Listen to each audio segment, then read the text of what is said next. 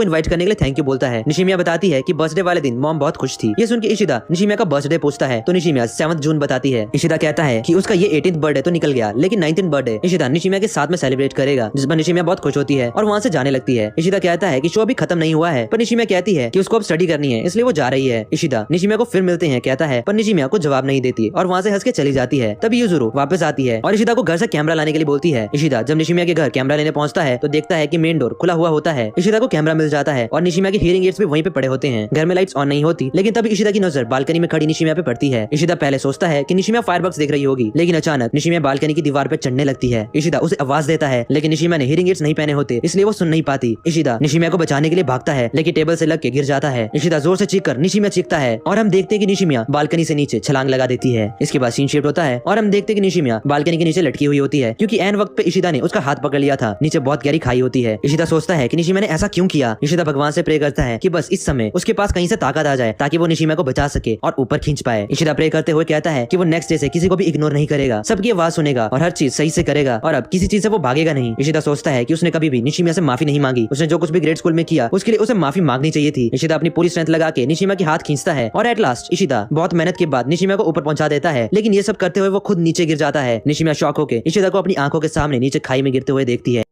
और इसके बाद सीन शिफ्ट होता है और हमें हॉस्पिटल का सीन दिखाया जाता है, जहां हम यूजुरो को देखते हैं जो कि इशिता की मॉम का वेट कर रही होती है। इशिता की मॉम आती है और यूजुरो इशिता की मॉम को बताती है कि हॉस्पिटल का स्टाफ उसे इशिता से मिलने नहीं दे रहे हैं। दोस्तों एक्चुअली इशिता नीचे पानी में गिरा था, इसलिए वो बच गया, लेकिन उसका बहुत खून निकला था और वो अनकॉन्शियस हो गया था। इशिता की मॉम कहती है कि इशिता बिल्कुल ठीक है, बस होश में नहीं है। तभी निशिमा की मॉम वहाँ आ जाती है और इशिता की मॉम निशिमा की मॉम से माफी मांगती है। इशिता की वजह से उन्हें फिर से दिक्कत हुई, लेकिन तभी निशिमा की मॉम नीचे बैठ के अपना सर इशिता की मॉम के पैरों के पास रखकर उनसे माफी मांगने लगती है। निशिमा की मॉम बताती है कि इशिता ने निशिमा की जान बचाई है। यूजुरो भी निशिमा को ना समझ पाने के गिल्ट में अपनी मॉम की तरह नीचे झुक के माफी मांगती है। इशिता की मॉम उन दोनों को उठने के लिए कहती है और कहती है कि इशिता ठीक है, यही उनके लिए सबसे खुशी की बात है। इसके बाद सीन शिफ्ट होता है और हम देखते हैं कि हॉस्पिटल के बाहर नाव निशिमा को मार रही होती है और कहती है कि निशिमा को सुसाइड करने की क्या जरूरत थी, आज इशिता हॉस्पिटल में निशिमा की वजह से ही पहुंचा है। तभी निशिमा की मॉम आके नाव को रोकती है और नाव और निशिमा की मॉम में भी हाथापाई और लड़ाई हो जाती है। इशिता की मॉम नाव और निशिमा की मॉम के बीच की लड़ाई रुकवाती है। इशिता की मॉम पहली बार निशिमा से मिलती है। निशिमा इशिता की मॉम को देख के बार बार सॉरी बोलने लगती है और निशिमा भी इशिता की मॉम से झुककर माफी मांगती है। इसके बाद सीन चेंज होता है और हम देखते हैं कि नागात्सुगा इशिता से मिलने आता है और देखता है कि नाव इशिता के वार्ड में निशिमा को नहीं जाने दे रही होती। नागात्सुगा निशिमा को कॉफी के लिए ले जाता है। निशिमा लिख के नागात्सुगा को बताती है कि निशिमा ने वो सब कुछ डिस्ट्रॉय कर दिया जो इशिता ने बनाया था। निशिमा का मतलब ब्रिज पे हुई लड़ाई से था, मतलब निशिमा के अकॉर्डिंग निशिमा की वजह से ही फिर से इशिता के दोस्त उससे दूर हो गए। नागात्सुगा कहता है कि उसने इशिता की कोई भी बात दिल पे नहीं ली है, इशिता उसका बहुत अच्छा दोस्त है और वो इशिता के जागने पर उसे मिलना चाहेगा। ये सुनकर निशिमा कहती है कि वो सब कुछ पहले जैसा करना चाहती है। इसके बाद सीन चेंज होता है और हम देखते हैं कि निशिमा सबसे पहले मिकी से मिलती है। मिकी निशिमा के गले लग के रोने लगती है कि उसने सुसाइड करने की कोशिश क्यों की। माशिबा भी निशिमा को सही सलामत देख के खुश हो जाता है। इसके बाद निशिमा सारा से मिलने जाती है। सारा निशिमा को कहती है कि वो इतनी स्ट्रांग नहीं है जितनी निशिमा है और उसे नहीं पता कि इशिता को जब होश आएगा तो वो उसका सामना कैसे करेगी। जिस पर निशिमा सारा को समझाती है कि सारा अभी भी अपने आप को चेंज कर सकती है। इसके बाद निशिमा हॉस्पिटल के बाहर नाव से भी बात करने की कोशिश करती है, लेकिन नाव उसे इग्नोर करके उसके सामने से गुजर जाती है और फिर तब से निशिमा रोज ऐसे ही हॉस्पिटल के बाहर खड़ी होकर नाव के आने का वेट करती है और नाव रोज ही उसे इग्नोर करके वहाँ से चली जाती है। फिर फाइनली ऐसे एक दिन नाव और निशिमा की बात हो ही जाती है। फिर एक दिन निशिमा को एक अजीब सा सपना आता है जिसमें इशिता मरने की बात कर रहा होता है। निशिमा की नींद डर के मारे खुलती है और वो बहुत घबरा जाती है और रोने लगती है। निशिमा को कुछ एहसास होता है और निशिमा आधी रात को ही ब्रिज में पहुंच जाती है। ब्रिज में पहुंच के निशिमा तेज तेज रोने लगती है। इशिता भी अचानक होश में आ जाता है और उसे भी कुछ एहसास होता है। वो भी हॉस्पिटल से निकल के ब्रिज जाता है। निशिमा इशिता को देखती है और इशिता निशिमा को हाय बोलता है। निशिमा को अपनी आंखों पे विश्वास नहीं होता और वो इशिता को छू के देखती है। इशिता हंसने लगता है और कहता है कि सब ठीक है। इशिता बताता है कि वो खुश है क्योंकि निशिमा भी ठीक है और वो भी अब अच्छा हो गया है। इशिता निशिमा से उन सब बातों के लिए माफी मांगता है जो उसने ग्रेड स्कूल में की थी, जिसके लिए इशिता कभी माफी नहीं मांग पाया। निशिमा रो रही होती है और इशिता को कहती है कि ये सब निशिमा की गलती है, अगर वो यहाँ नहीं होती तो ऐसा कुछ ना होता। और निशिमा इशिता से माफी मांगने लगती है। इशिता बताता है कि ब्रिज में आने से पहले उसने एक सपना देखा जिसमें इशिता मरने जा रहा होता है, लेकिन निशिमा उसे बचा लेती है। इशिता कहता है कि वो भी निशिमा की तरह फील करता है कि उसी की वजह से निशिमा को इतना कुछ सहना पड़ा, इसलिए वो भी मरने का सोचता था, लेकिन धीरे धीरे उसे पता चला कि मरने से कुछ भी चेंज नहीं होगा। इशिता निशिमा को बताता है कि वो सबसे बुरा बर्ताव करने के लिए माफी मांगना चाहता है। साथ ही इशिता कहता है कि उसे जीने के लिए निशिमा की हेल्प चाहिए और फिर निशिमा और इशिता कुछ हैंड साइंस बना के हंसने लगते हैं। इसके बाद सीन चेंज होता है और हम देखते हैं कि इशिता घर आता है और मारिया से मिलता है। नाव उसे चुपके से देख रही होती है। इशिता की मॉम बताती है कि जब तक इशिता होश में नहीं था तब तक नाव ने उसका ख्याल रखा है। इशिता नाव से मिलने जाता है। नाव कहती है कि वो बहुत बुरी इंसान है क्योंकि इस सिचुएशन में भी वो निशिमा को अपना नहीं पाई। नाव बताती है कि शिमादा और हिरोसे ने इशिता को पानी से बाहर निकाला था। साथ ही नाव कहती है कि शिमादा ने ये बात इशिता को बताने के लिए मना किया था, पर फिर भी नाव उसे ये बता रही है और फिर नाव वेलकम बैक इशिता बोल के वहाँ से चली जाती है और अब नाव के फेस से फिर से वो क्रॉस चला जाता है। इसके बाद इशिता घर आता है और देखता है कि निशिमा की मॉम इशिता की मॉम से हेयर स्टाइल सेट करवा रही थी। निशिमा की मॉम और इशिता एक दूसरे को सॉरी बोलते हैं। इशिता ऊपर जाता है और यूजुरो से मिलता है। यूजुरो इशिता को पढ़ाने के लिए कहती है क्योंकि उसका ध्यान फोटोग्राफी में लगा हुआ था जिसमें उसको प्राइज मिल जाता है, लेकिन एग्जाम में उसके बहुत कम मार्क्स आए होते हैं। यूजुरो कहती है कि वो निशिमा की एक्सपेक्टेशंस पूरी करना चाहती है। फिर नेक्स्ट डे स्कूल फेस्टिवल होता है। निशिमा इशिता को मैसेज करती है कि वो 10 बजे स्कूल गेट पे इशिता को मिलेगी। इशिता तैयार होकर आता है और निशिमा से मिलता है। इशिता स्कूल के अंदर जाता है और नीचे देख के चल रहा होता है क्योंकि सबके फेस में क्रॉस होता है और सब इशिता के बारे में ही बात कर रहे होते हैं। इशिता एक जगह रुक जाता है। निशिमा इशिता से पूछती है कि क्या हुआ। इशिता कहता है कि उसने कभी निशिमा को बताया नहीं, पर उसे स्कूल में अब अच्छा नहीं लगता। इशिता अब किसी के भी फेस की तरफ नहीं देख पाता, इसलिए वो हमेशा सर झुका के नीचे देख के चलता है। जिस पर निशिमा कहती है कि इशिता नीचे देख के चल सकता है। निशिमा उसे हाथ से पकड़ के उसे उसकी क्लास तक ले जाती है। क्लास में काफी सारे स्टूडेंट्स देख के इशिता पेट दर्द का बहाना करके वॉशरूम में चला जाता है। नागासुगा इशिता को वॉशरूम में लेने आता है, लेकिन इशिता उसे नजरें नहीं मिला पाता क्योंकि उसने ब्रिज में नागासुगा के साथ जो बुरा बर्ताव किया था उसके लिए वो शर्मिंदा था। तभी नागासुगा इशिता को गले लगा लेता है और रोने लग जाता है। नागासुगा कहता है कि वो बहुत खुश है कि इशिता की जान बच गई। इशिता नॉर्मल हो जाता है और नागासुगा के संग वॉशरूम से बाहर आता है। बाहर मिकी और मिशिबा इशिता से मिलते हैं। मिशिबा के कहने पर मिकी इशिता को रोते हुए बहुत सारी पेपर क्रेन्स देती है। इशिता इशिदा इस गिफ्ट को एक्सेप्ट करता है और थैंक यू बोलता है। इशिदा मिकी और माशिबा से अपने बुरे बर्ताव के लिए माफी मांगता है। तभी वहाँ नाव आती है। नाव फिर निशिमिया को चिढ़ाती है, लेकिन इस बार नाव नॉर्मल होती है। नाव और मिकी के बीच में खास होने लगती है। तभी सारा आके उनको रोक लेती है और इशिदा से भी माफी मांगती है। नाव हैंड साइन से निशिमिया को इडियट बुलाती है। निशिमिया उसकी हैंड साइन देख के सरप्राइज होती है कि नाव ने भी हैंड साइन सीख लिए। फिर निशिमिया हंसती है, जिससे नाव फिर एम्बेरस होकर वहाँ से चली जाती है। मतलब कि दोस्तों अब नाव भी अंदर से अच्छी हो गई थी, पर वो बाहर से जताना ही नहीं चाहती थी। इशिदा सबसे फेस्टिवल में साथ जाने के लिए पूछता है और फिर अगले सीन में इशिदा सबके साथ फेस्टिवल में घूम रहा होता है। धीरे धीरे इशिदा सबकी आवाजें फिर से सुनने लगता है, सबके फेस से क्रॉस हटने लगता है। फाइनली इशिदा अब सबकी तरफ देखने लगता है और सबको खुश देख के वो भी खुश होता है और रोने लगता है और मूवी यहीं पे खत्म हो जाती है। दोस्तों लेकिन अभी हमारी वीडियो एंड नहीं हुई है। अब मैं आप लोगों को अ साइलेंट वॉइस के बारे में कुछ बातें बताऊंगा। कोई नो काताची की translation the shape of voice होती है और यही ट्रांसलेशन मूवी के इंट्रो और आउट्रो में यूज किया गया है, पर मूवी को अ साइलेंट वॉइस नाम से ही जाना जाता है। दोस्तों इसकी मांगा भी है, ज्यादातर एनीमे मांगा से ही तो बनती है। इसकी मांगा के एंड में हम देखते हैं कि निशिमिया अपनी पढ़ाई पूरी करके वापस आती है और देखती है कि इशिदा ने अब लोगों को इग्नोर करना बंद कर दिया है और अब उसके बहुत सारे दोस्त हैं। इशिदा और निशिमिया एक दूसरे का हाथ पकड़ के ग्रेड स्कूल के रियूनियन में जाते हैं। दोस्तों ये तो हो गया मांगा का एंड। आगे क्या हुआ होगा ये आप अपने हिसाब से सोच ही सकते हो। शायद निशिमिया इशिदा से अपना लव फिर से कन्फेस कर दे, या क्या पता इशिदा ही निशिमिया को आई लव यू कह दे। अब जरा मैं शॉर्ट में इस प्यारी कहानी के बारे में अपने कुछ शब्द ऐड करना चाहूंगा। मैंने आपसे कहा था ना ये एक बहुत ही इंटरेस्टिंग स्टोरी है। मूवी आपको थोड़ी स्लो प्लेस लग सकती है, पर मैं श्योर हूँ मूवी देखने के बाद आपका भी मन इसे बार बार देखने को करेगा। और साथ में आपको एक बात बताता हूँ, आप जितनी बार भी इस मूवी को देखोगे ना उतनी बार ही आप और ज्यादा रोते जाओगे। मैंने जब पहली बार ये मूवी देखी तो मैं इतना कुछ खास नहीं रोया, लेकिन जब मैंने इसे दूसरी बार देखा तो मैं सच बोल रहा हूँ मैं बहुत ज्यादा रोया। मेरी आंखों में बहुत ज्यादा आंसू आ गए थे और हर एक सीन मुझे इतना दर्द दे रहा था जिसके बारे में मैं शब्दों में बयां बिल्कुल भी नहीं कर सकता। और उसके बाद जब मैंने एक्सप्लेनेशन करने के लिए इस एनिमे को फिर से देखा तब तो मत पूछो मेरा क्या हुआ। The more you will watch this anime the more you will feel it and the more you will cry. दोस्तों ये कहानी बहुत ज्यादा डीप थी, पता नहीं आप इसकी गहराइयों तक पहुंच भी पाए होंगे या नहीं। मूवी में हमें दिखाया गया है कि कैसे लोग किसी डिसेबल पर्सन का मजाक उड़ाते हैं, उन्हें कितना गंदा ट्रीट करते हैं। अब वो डिसेबल है, इसमें उनकी क्या गलती। निशिमिया एकदम काइंड सोल थी, वो बस सबकी दोस्त बनना चाहती थी, पर हर मोड़ पे उसके साथ इतना बुरा ही होता है। फिर भी उसने कभी किसी से भी नफरत नहीं की, बल्कि उससे खुद से ही नफरत हो जाती है। वो भी इसीलिए हो गई थी क्योंकि उसी की वजह से सब परेशान होते थे, किसी को भी वो अच्छी नहीं लगती थी। दोस्तों आप खुद समझ सकते हो कि बेचारी पे क्या बीतती होगी। मैं तो खुद सोचता हूँ कि अगर उसकी जगह मैं होता तो मैं कसम से टूट जाता। मैं उसके जितना स्ट्रॉन्ग शायद नहीं हूँ, फिर भी हमारी निशिमिया बहुत ज्यादा स्ट्रॉन्ग थी। वो काफी लंबे समय तक सहती रही। दूसरी तरफ अगर हम इशिदा की बात करें तो हमें इशिदा का एक कंप्लीट कैरेक्टर डेवलपमेंट देखने को मिला। पहले वो कितना घटिया था, उसने निशिमिया के साथ कितना गलत किया, फिर वो सब कुछ जब उसके साथ होने लगा तब उसने रियलाइज किया कि निशिमिया पे क्या बीतती होगी। वो बस खुद को कोसने लगा कि वो पापी है, उस जैसे इंसान को जीने का कोई हक ही नहीं है। वो वक्त के साथ बड़ा होते गया। मैं उम्र में बड़े होने की बात नहीं कर रहा हूँ, बल्कि दिमाग से बड़े होने की बात कर रहा हूँ। वो मैच्योर हुआ और उसने ठान लिया कि वो अपनी सभी पास में किए गए पापों का प्रायश्चित करेगा, वो अपनी गलतियों को सुधारेगा। गाइस इस कहानी ने सिर्फ इशिदा को मैच्योर नहीं बनाया है, बल्कि जिसने इस कहानी के पीछे छुपी भावनाओं को दिल से समझा होगा वो भी शायद मैच्योर हो गया होगा। मैं तो बोलता हूँ कि अगर इस कहानी को कोई बच्चा भी ठीक से समझ लेना तो वो भी बड़ा हो जाए। और इसी के साथ हमारी आज की वीडियो यहीं पे खत्म हो